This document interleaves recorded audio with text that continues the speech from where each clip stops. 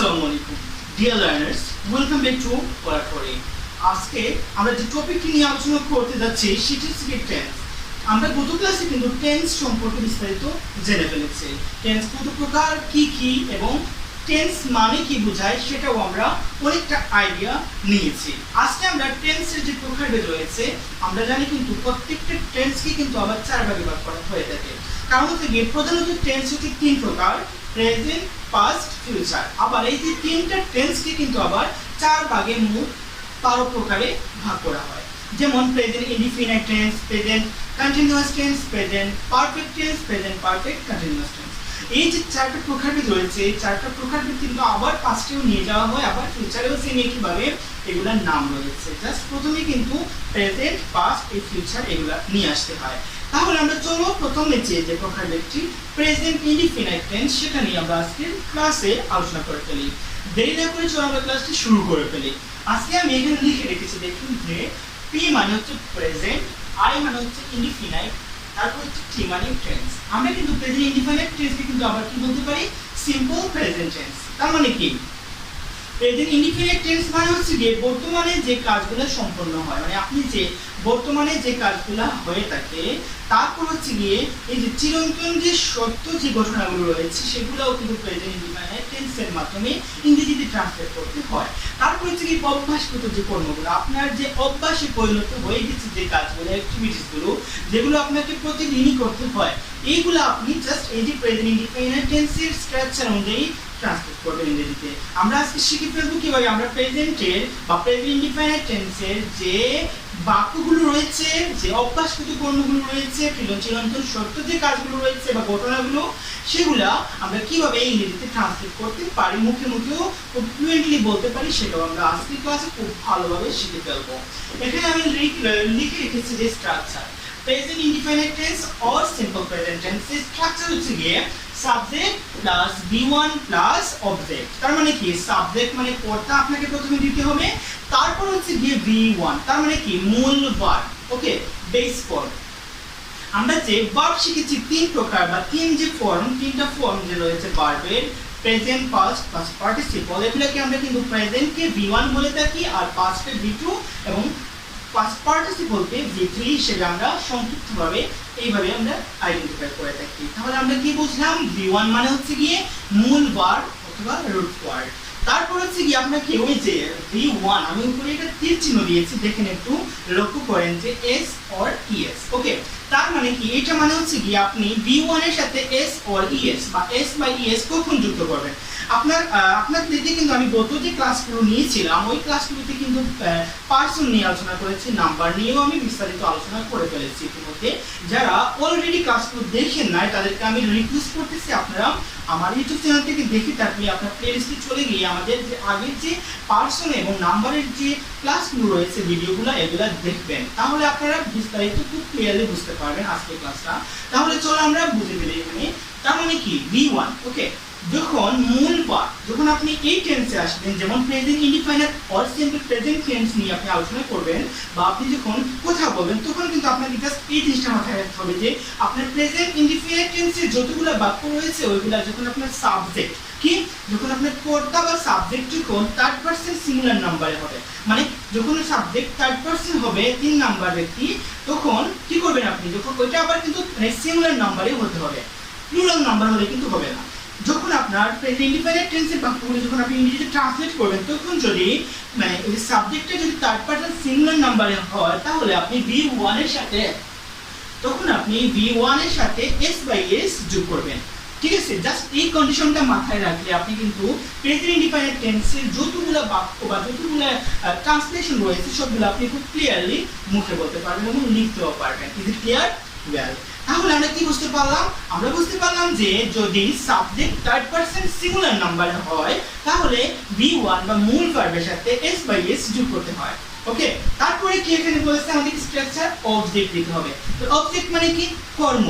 হ্যাঁ, আমরা যাকে উদ্দেশ্য করে কাজটা সম্পূর্ণ করছি তাকে কিন্তু অবজেক্ট বলা হয়। তাহলে আমরা অবজেক্টটা V1 এর পরপরই কি করব? আমরা অবজেক্টটা দিয়ে দিব। আমরা নিশ্চয়ই বুঝতে পেরেছি। ওকে, তাহলে আপনি চাইলে কিন্তু এক্সটেনশনও ইউজ করতে পারেন। ঠিক আছে, এটা আপনার পার্সোনাল ম্যাটার। আপনি যখন একটা বাক্যকে লং করবেন, আমি কিন্তু এই বিষয়গুলো নিয়ে নেক্সট যে আমার এই যে সিরিজ চলতেছে টেন্সের 12 প্রকার আলোচনা করার পর আমি 12টা ভিডিও তৈরি করার পর আমি তারপর বড় বড় লং যে সেন্টেন্সগুলো আপনি কিভাবে মেক করবেন, কিভাবে আপনি বলবেন, কিভাবে আপনি অ্যাডজাস্ট করবেন, এড করবেন, জয়েন করবেন, সেগুলো আমি আপনাদেরকে খুব ভালোভাবে শিখিয়ে দিব। তাহলে আমি এখন শিখে ফেলি বাক্য কিভাবে তৈরি করতে হয়। তাহলে এখানে দেখেন যে আমরা এখন ইতিমধ্যে হয়তো বুঝে ফেলেছি যে প্রেজেন্ট ইনডিফিনিট টেন্স ও সিম্পল প্রেজেন্ট টেন্সের যে বাক্যগুলো রয়েছে এই বাক্যগুলোকে আপনি কিভাবে ট্রান্সলেট করবেন। শুধু প্রথমে সাবজেক্ট নিয়ে আসবেন, তারপর আপনি V1 নিয়ে আসবেন, তারপর আপনি অবজেক্ট নিয়ে আসবেন, তাহলে আপনার প্রেজেন্ট ইনডিফিনিট টেন্সের সবগুলো বাক্য হয়ে যাবে ইংরেজিতে ট্রান্সলেট করা।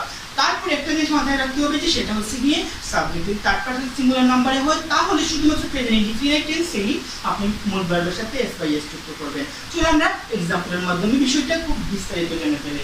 এখানে কিন্তু আমি এক্সাম্পল লিখে রেখেছি অলরেডি যে আমি ভাত খাই। দেখেন আপনি এখানে কয়েকটা আমি এক্সাম্পল লিখেছি যে তুমি ঘুমাও, তিনি বই পড়েন, তারপর তারা খেলে, সে গান গায়, আমি বই পড়ি, সূর্য পূর্ব দিকে উদিত হয় বা ওঠে। তার মানে কি এই যে এখানকার মধ্যে সবগুলো কিন্তু আমার অভ্যাসগত কাজ, ঠিক আছে। তারপর এখানে নিচে একটি আমি এখানে একটা বাক্য লিখেছি, এটা হচ্ছে গিয়ে চিরন্তন সত্য ঘটনা। ওকে, সূর্য নিশ্চয়ই কখনো পশ্চিম দিকে উঠবে না, সূর্য সবসময় কি হবে পূর্ব দিকেই উঠবে। ওকে, অস্ত যাবে কোথায় পশ্চিম দিকে, এইটাও কখনো কেউ চেঞ্জ করতে পারবে না চাইলেই। তাহলে এইগুলো হচ্ছে চিরন্তন সত্য। এইরকম যতগুলো বাক্য রয়েছে এগুলো হচ্ছে আপনার প্রেজেন্ট ইনডিফিনিট টেন্সের উদাহরণ বা এক্সাম্পল। বাক্য আপনি যে এই যে স্ট্রাকচার গঠন, এই যে subject plus V1 plus S by S যোগ করবেন থার্ড পারসন সিঙ্গুলার নাম্বারের সাথে প্লাস অবজেক্ট, এই স্ট্রাকচারটি মনে রাখতে পারলে আপনি কিন্তু ফ্লুয়েন্টলি কিন্তু কি করতে পারবেন, ইংরেজিতে কথা বলতে পারবেন। তাহলে নিশ্চয়ই আপনারা বুঝতে পেরেছেন। তাহলে চলো আমরা এগুলো ট্রান্সলেশন দেখে ফেলি। যেমন আমি ভাত খাই, এখানে আমি লিখে রেখেছি যে আমি ভাত খাই। তাহলে দেখেন তো আমার স্ট্রাকচারে বলছি যে প্রথমে আমাকে subject plus V1 plus object দিতে হবে। তাহলে কি দেখেন এখানে আমার সাবজেক্ট যেহেতু স্ট্রাকচারে বলছে তাহলে আমি সাবজেক্টটা প্রথমে নিয়ে আসবো। এখানে সাবজেক্ট হচ্ছে আমাদের আমি, তাহলে এখানে আমি আইটা দিয়ে দিব। Is it clear? ওয়েল, তাহলে তারপর কি দেখেন V1 বলছে। V1 মানে কি ক্রিয়া, ভার্ব। ওকে, ভার্বের প্রথম রূপ। তাহলে আমার এখানে এই সাবজেক্ট এই যে এখানে আছে আমার বাক্যটায়, বাক্যের মধ্যে আমার ক্রিয়া কোনটা? ওকে, কোনটি আমার ক্রিয়া, ভার্ব। ওকে, তাহলে এখানে হচ্ছে আমার খাওয়াটা, কোনটার দ্বারা আমার কাজটা সম্পূর্ণ হচ্ছে, এটা হচ্ছে কি আমার কি ক্রিয়া বা ভার্ব। তাহলে এখানে আমি যদি শুধু বলি যে আমি ভাত, তাহলে কি এই কাজটা সম্পূর্ণ হচ্ছে? আমি কিন্তু শ্রোতা যে থাকবে সে কিন্তু কিছুই বুঝতে পারবে না। ওকে, তাহলে এটা সেন্টেন্স বা বাক্য হবে না। তাহলে এখানে খাওয়া ব্যতীত এই বাক্যটা কমপ্লিট হচ্ছে না। সো খাওয়াটা হচ্ছে কি আমাদের এখানে কি ভার্ব। ওকে, তাহলে খাওয়া, খাই, খাওয়ার ইংলিশ কি মানে ইট, EAT, ইট, এটা অর্থ হচ্ছে গিয়ে খাওয়া। ওকে, ইট হচ্ছে গিয়ে প্রেজেন্ট ফর্ম। আমি আগেই বলেছি যে একটা ভার্বের তিনটা ফর্ম থাকে, একটা হচ্ছে প্রেজেন্ট, পাস্ট, পাস্ট পার্টিসিপল। আমরা সংক্ষেপে বলি V1 V2 V3। V1 হচ্ছে প্রেজেন্ট, তাহলে ইট হচ্ছে গিয়ে V1, V2 হচ্ছে গিয়ে এইট, AAT, এইট। V2 মানে ফার্স্ট ফর্ম, আর past participle and or V3 সেটা হচ্ছে গিয়ে eaten। ওকে, আমাদের এখানে কি লাগবে V1। ওকে, আমি এখানে আয়ের পর ভার্বটা দিয়ে দিব, এখানে আমার কি ইট হবে। নিশ্চয়ই আপনারা খুব ভালো বুঝতে পারছেন। ওকে, তারপর কি আমাকে বলছে যে অবজেক্ট। অবজেক্ট মানে কি কর্ম, আমি কি করছি, আমি ভাত, এই ভাতটা হচ্ছে আমার উদ্দেশ্য, এটাকে আমি উদ্দেশ্য নিয়ে আমি কাজটা করতেছি, খাচ্ছি। আমার যদি ভাত না থাকে তাহলে খাওয়ার তো কোনো প্রশ্নই আসে না। আমি কি খাচ্ছি, এই যে আমি আগেই হয়তো বলেছি যে অবজেক্ট চিনবেন কিভাবে আপনি, যখন আপনি ভার্ব বা ক্রিয়াকে প্রশ্ন করবেন যে কি বা কাকে। যেমন আমি খাই। ওকে, এই যে আমি ভার্বকে প্রশ্ন করলাম সাবজেক্টে, আমি খাই, কি খাই, কাকে খাই। কাকে তো মানে কি, কাকে মানে ব্যক্তি বোঝায়। ব্যক্তিকে কি কোনো সময় খাওয়া যাবে না, বস্তু। তাহলে কি কি খাই, ভাত খাই, রাইস। সেখানে কি হচ্ছে আমার উত্তরটা হচ্ছে গিয়ে ভাত। সো আমি অবজেক্ট বের করে ফেললাম খুব ইজিলি। আর এখানে আমার কি হবে ইট রাইস। আপনারা নিশ্চয়ই বুঝতে পেরেছেন যে প্রেজেন্ট ইনডিফিনিট টেন্সের বাক্যগুলো আপনি কিভাবে ফ্লুয়েন্টলি বলবেন। স্ট্রাকচারটি মাথায় রাখবেন আর আপনি প্র্যাকটিস করবেন। চলো আমরা পরে তুমি ঘুমাও, তাহলে তুমি এখানে কি সাবজেক্ট না, তাহলে আমি এখানে দিয়ে দিলাম যে তুমি, ইউ।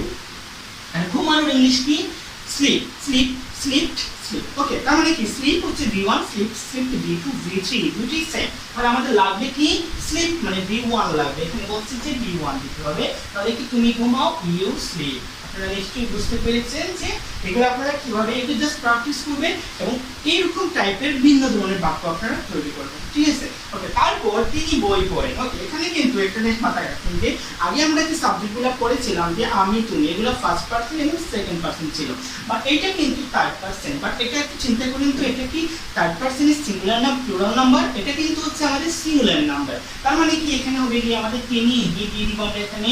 ওকে, আর এখানে কিন্তু ভার্বটা কি, এই বাক্যের মধ্যে তিনি বই পড়েন, তিনি কি পড়েন? বই তিনি পড়েন। তাহলে পড়াটা হচ্ছে আমাদের এখানে ভার্ব বা ক্রিয়া, আর কি পড়েন অবজেক্টটা হচ্ছে আমাদের এখানে বই অর বুক। ওকে, তার মানে কি আমি এখানে হি দিলাম, তারপরে এখানে আমি কি দিব? ভার্ব দিব। ভার্ব V1 হচ্ছে পড়ার ইংলিশ রিড, আমি এখানে রিড দিয়ে দিলাম। ওকে, রিড তো দিয়ে দিচ্ছি, তার মানে আমি আগেই বলেছিলাম যে কন্ডিশন হচ্ছে গিয়ে যদি মূল ভার্ব, হ্যাঁ মূল ভার্বের সাথে কখন আমরা স্পেস যুক্ত করব? যখন সাবজেক্ট বা কর্তা থার্ড পারসন সিঙ্গুলার নম্বরে হবে। তার মানে কি আমরা এখানে সাবজেক্ট বা কর্তা আমরা এখানে থার্ড পারসন এবং সিঙ্গুলার নাম্বার একজন বুঝাচ্ছি থার্ড পারসন। ওকে, তার মানে কি আমি এখানে মূল ভার্বের স্পেস যুক্ত করব, তাহলে রিডস হবে। এটা রিড থেকে রিডস, আপনারা নিশ্চয়ই বুঝতে পেরেছেন। ওকে, ওয়েল, তারপর তো দেখেন তো এখানে আমি কি লিখছি? হি রিডস, তিনি পড়েন। কি পড়েন? বুক, বই পড়েন। তাহলে হি রিডস আ বুক, আমরা এখানে একটা কি করলাম? আর্টিকেল ইউজ করে ফেললাম। তাহলে এখানে কি হবে? এ বুক বা আ বুক। ওকে, ওয়েল, আপনারা নিশ্চয়ই বুঝতে পেরেছেন হি রিডস আ বুক, তিনি একটি বা তিনি বই পড়েন। আপনি যদি এখানে একটি বলবেন তখনও কিন্তু আপনি ইউজ করতে পারেন। আবার আপনি যদি একটি নাও বলেন তবু আপনি আর্টিকেল হিসাবে কি ইউজ করতে পারেন? আরটা ইউজ করতে পারেন। ওকে, আমি এখানে হি রিডস আ বুক, ওকে, অথবা হি রিডস বুক এটা দিলেই হবে। ওকে, তারপর কি? তারা খেলে, তারা খেলে। ওকে, এখানে দেখেন তো সাবজেক্ট কোনটা? তারা। এটা কিন্তু তারা, এটা কিন্তু থার্ড পারসনের পরে। ওকে, বাট এটা সিঙ্গুলার না প্লুরাল নাম্বার? এটা তো প্লুরাল নাম্বার, মানে একটা এক বহুবচন বোঝাচ্ছে, মানে একাধিক কর্তা, হ্যাঁ সাবজেক্ট। তার মানে কি আমি এখানে তারা সাবজেক্টটা দিয়ে দিলাম এখানে দে খেলে। খেলার ইংলিশ কি? Play.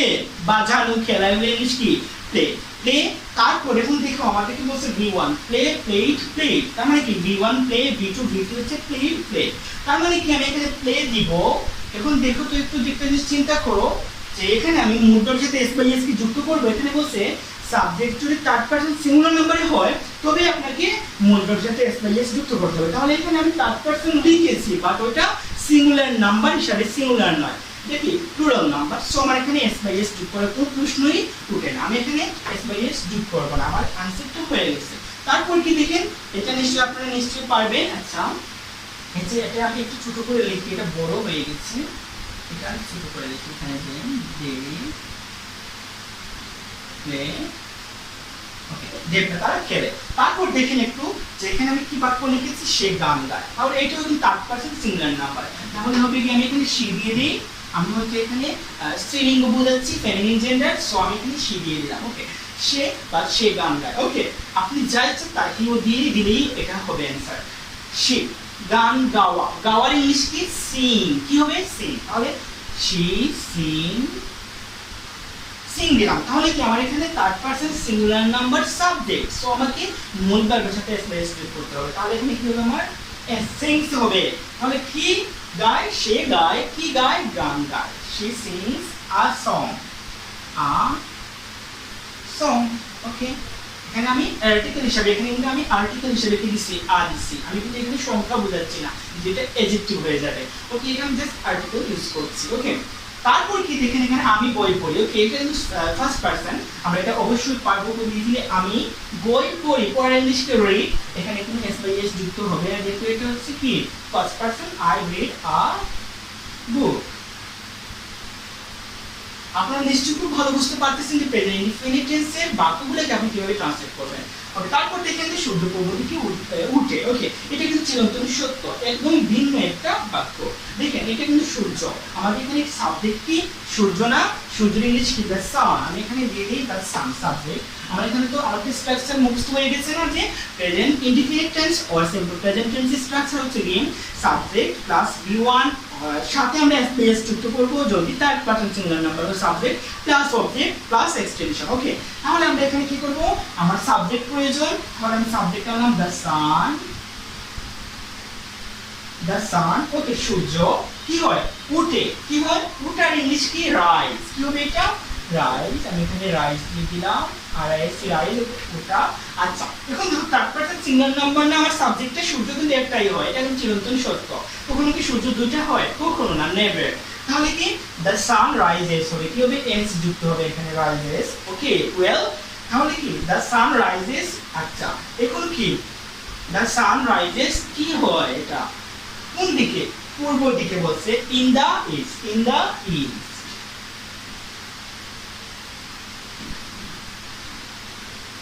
In the sun rises in the east. দেখেন একটু ভালো করে যে আমরা যেগুলো বাক্য এখানে ট্রান্সলেট করলাম ইংরেজিতে, এইগুলো তো সম্পূর্ণ হচ্ছে গিয়ে চিরন্তন সত্য, অভ্যাসগত কর্ম অথবা বর্তমানে হয় এরকম কোনো কিছু। জাস্ট আপনি মাথায় রাখবেন যে বর্তমানে হয়, ঠিক আছে, অভ্যাস হয়ে গেছে আপনার, যেরকম কাজকর্মগুলো প্রতিদিনই করতে হয় বা অভ্যাসমূলক যেগুলা, যেমন আপনি নিউজ পেপার পড়েন প্রতিদিন, okay, I read news paper, okay, everyday, এই দিকে পারেন এক্সটেনশন হিসেবে।